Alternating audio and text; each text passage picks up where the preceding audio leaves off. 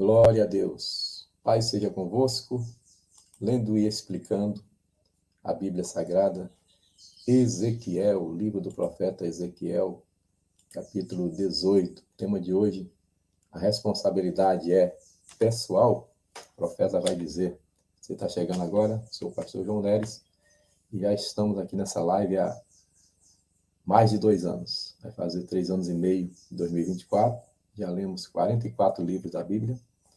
Falta apenas 22. Vamos orar por Israel e começar o capítulo 18. Senhor Deus, abençoe a nação de Israel, a cidade de Jerusalém, traga paz sobre a cidade que o Senhor pisou quando aqui esteve e pela qual o Senhor mandou orar. Sobre a qual o Senhor também chorou quando disse: Jerusalém, Jerusalém, que matas os profetas e apedreja os que te são enviados. Que o Senhor tenha misericórdia de Israel e da cidade de Jerusalém. Assim oramos em nome de Jesus. Amém. Que o Senhor também abençoe o Rio de Janeiro e traga paz sobre este lugar. A responsabilidade é pessoal ou você paga pelos pecados de seus pais, paga pelos pais, paga pelos filhos ou os filhos pelos pais? Como é isso, né? Diante de Deus, com relação ao pecado, com relação à transgressão, o que é que a Bíblia diz?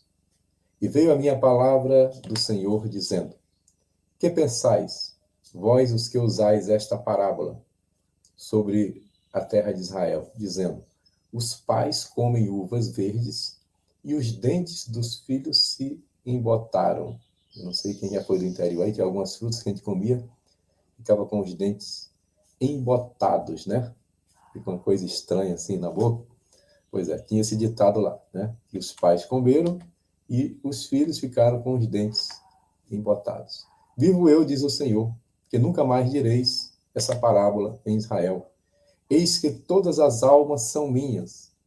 Como a alma do pai, assim também a alma do filho é minha. A alma que pecar, essa morrerá. Alma aqui é pessoa, tá, gente?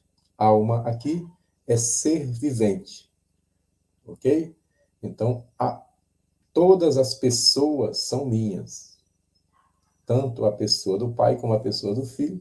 E a pessoa que pecar, essa morrerá.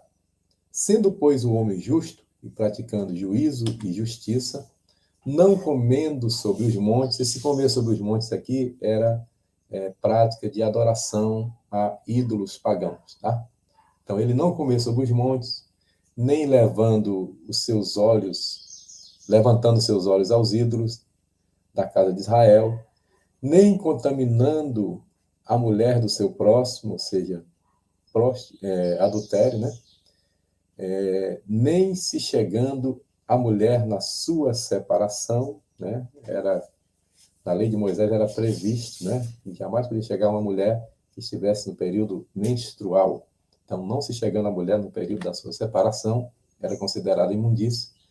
Não oprimindo a ninguém, tornando ao devedor ao seu penhor, não roubando, dando o seu pão ao faminto e cobrindo ao nu com roupa, ou seja, fazendo o trabalho social, não dando seu dinheiro à usura e não recebendo demais, desviando a sua mão da injustiça e fazendo verdadeiro juízo entre homem e homem. Então, uma pessoa íntegra, uma pessoa reta, andando nos meus estatutos e guardando os meus juízos e procedendo segundo a verdade, o tal justo certamente viverá, diz o Senhor Deus. Ou seja, essa justiça que ele pratica serve para ele, mas não serve para ele livrar o filho. Eu sou filho porque meu pai é pastor,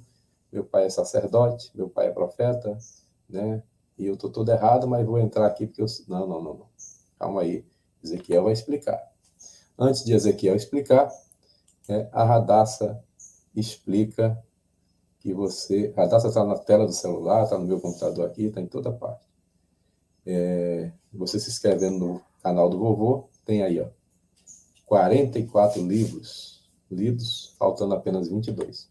Deus está nos abençoando, tá, irmãos? Muito obrigado a você que está compartilhando aí a live, porque ontem nós tínhamos 3.300 nem lembro agora. Tinha 10 a menos que isso aí, né?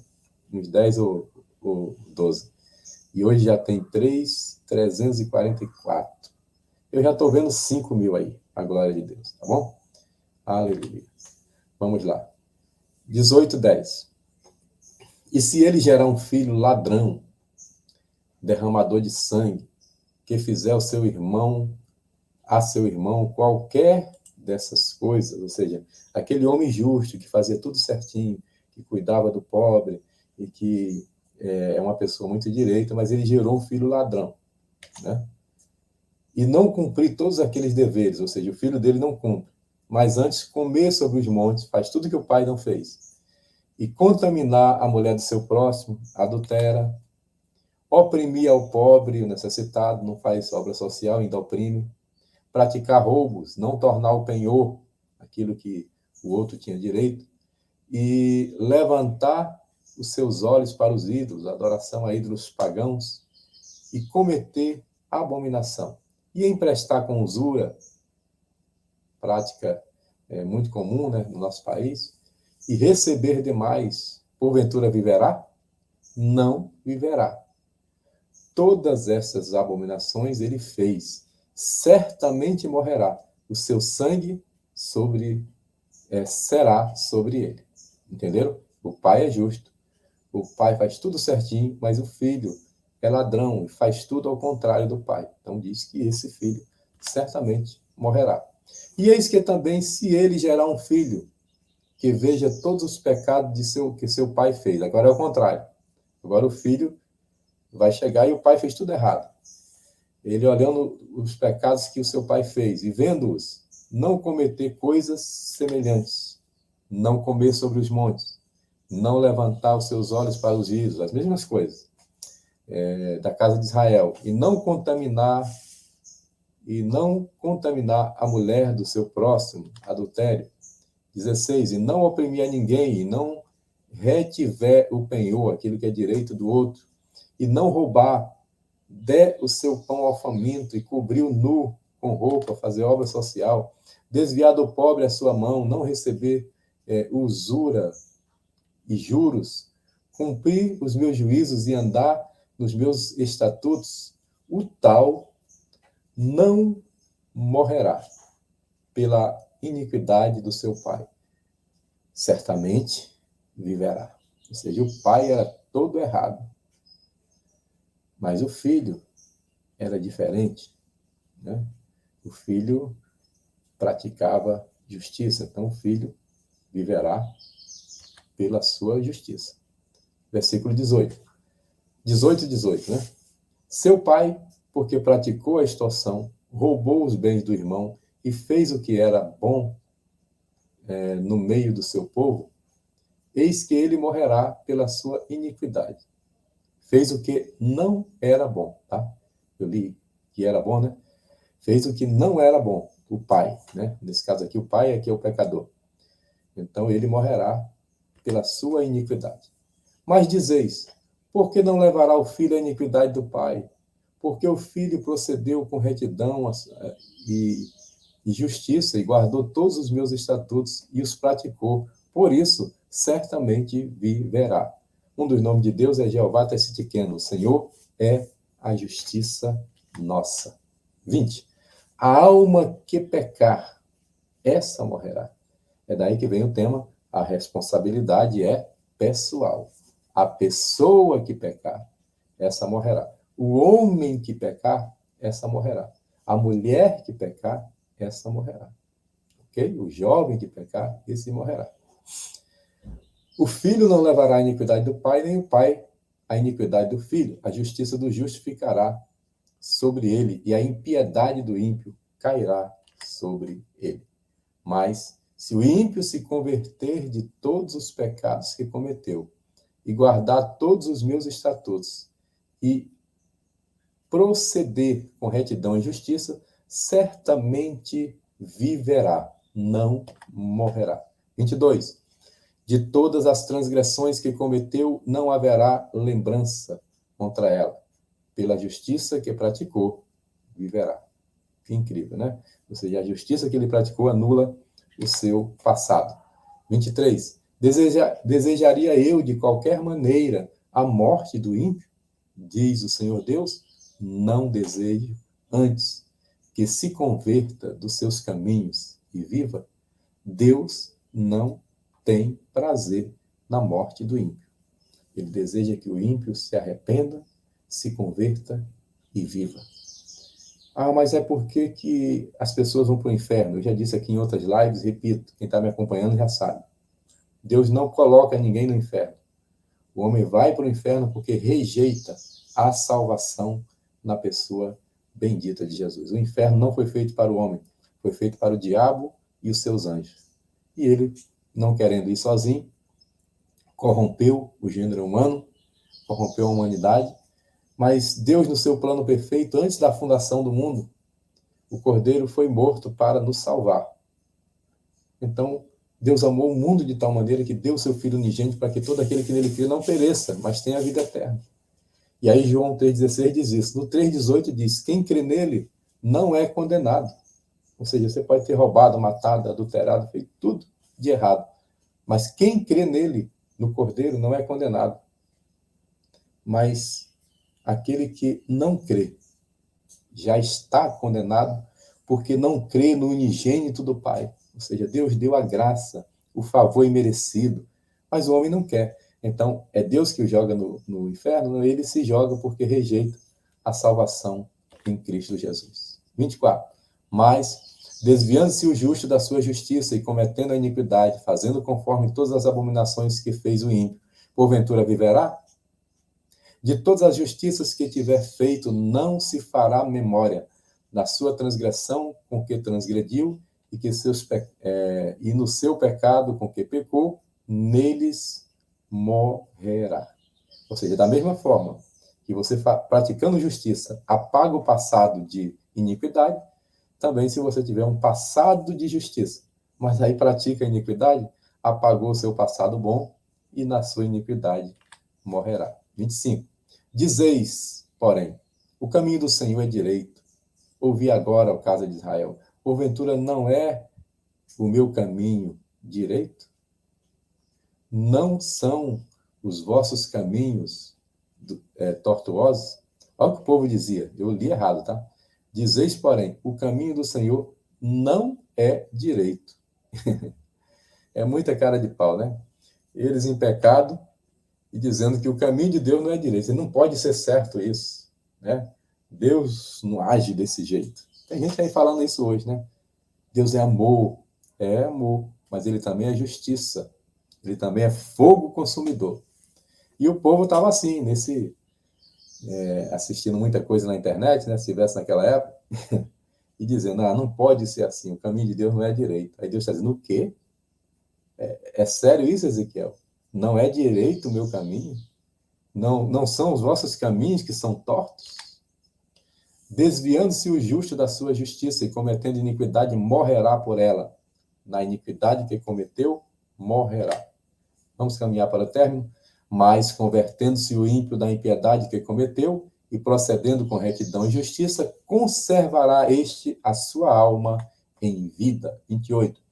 Pois que considera e se converte de todas as suas transgressões que cometeu, certamente não morrerá. Aleluia? Então, há uma esperança para aquele que pecou, que se desviou. Se ele volta, se arrepende, certamente não morrerá. Contudo, diz a casa de Israel, o caminho do Senhor não é direito. Contudo, diz a casa de Israel, ou seja, o povo diz que o caminho do Senhor não é direito. Porventura, não são direitos os meus caminhos? Deus pergunta de novo, ó casa de Israel, e não são tortuosos os vossos caminhos? Deus já perguntou no capítulo anterior, vai perguntar de novo. Olha só, ele já perguntou aqui Aqui no capítulo transgressões. Contudo, o de Israel não são direitos meus caminhos, 29, né? E aqui? Peraí. Isso. Deixa eu ler aqui de novo, deixa eu voltar aqui para entender todo o contexto, tá? Aqui, ó, é o 25, né? Não é o meu caminho direito, 25, né? Lá no 29 ele pergunta de novo, quer ver? O 29 está repetido. Deus pergunta de novo, peraí, deixa eu ver se eu entendi direito. Casa de Israel, não são os meus caminhos direitos? Não são os vossos caminhos tortuosos? Vocês não estão entendendo errado? 30. Portanto, eu vos julgarei cada um conforme os seus caminhos, ó casa de Israel, disse o Senhor Deus. Tornai-vos e convertei-vos de todas as vossas transgressões, e a iniquidade não vos servirá de tropeço. Lançai de vós todas as vossas transgressões com que transgredistes, e fazei-vos um coração novo e um espírito novo, pois por que razão morrerias, ó casa de Israel? A Bíblia usa um português tão lindo, né? Por que razão morreríeis, ó casa de Israel? Porque não tenho prazer, repito, não tenho prazer na morte do que morre, diz o Senhor. Convertei-vos, pois, e vivei. Deus não tem prazer na morte do ímpio. A responsabilidade é pessoal? Sim. Os pais não pagam pelo filho, nem o filho pelos pais. Cuide da sua alma para que ela seja salva naquele grande dia. Aleluia. Amanhã, Ezequiel 19, e vamos terminar orando pelo Brasil. Bondoso Deus e Pai, em nome de Jesus, entregamos a nação brasileira em tuas mãos. Deus, que cumpra sobre essa nação a tua palavra de Ezequiel, perdão, Senhor, a tua palavra de Gênesis 12, versículo 3, que diz: abençoarei os que te abençoarem e amaldiçoarei os que te amaldiçoarem. Que assim seja sobre a nação brasileira. Nós oramos assim e te agradecemos em nome de Jesus. Amém. Diga comigo, Brasil, nós te abençoamos em nome de Jesus. Aleluia. Deus te abençoe, meus amados. Não deixe de assistir todo dia de manhã, tem oração da manhã aqui no canal, tem oração da noite às 18 horas. E é uma bênção para a sua casa, sua família, oração de 2 minutos, 3 minutos, no máximo 5. Em algumas delas eu estou lendo o Devocionais Selecionados aqui do pastor João Neres. Olha, que livro bonito. Aleluia. E Deus me abençoou quando eu lancei esse livro, porque na mesma semana o Programa de Educação Cristã Continuada lançou a revista Hebreus e Tiago, e eu tive o privilégio de ser o comentarista dessa revista Hebreus e Tiago. E, coincidentemente, ou por cristocidência, né, veio na mesma cor. Olha, veio um vinho aqui, ó, cor de realeza. Glória a Deus por isso. Eu tenho essas revistas aqui, eu vou dar uma de presente aqui no final da leitura de Ezequiel, juntamente com um livro Devocionais Selecionados, tá bom? Ó, vai ganhar aqui, no último capítulo de Ezequiel, vou sortear um livro e uma revista dessa, Hebreus e Tiago, comentário do pastor João Neres, vosso conservo. Deus abençoe, meus amados, um abraço e a paz do Senhor.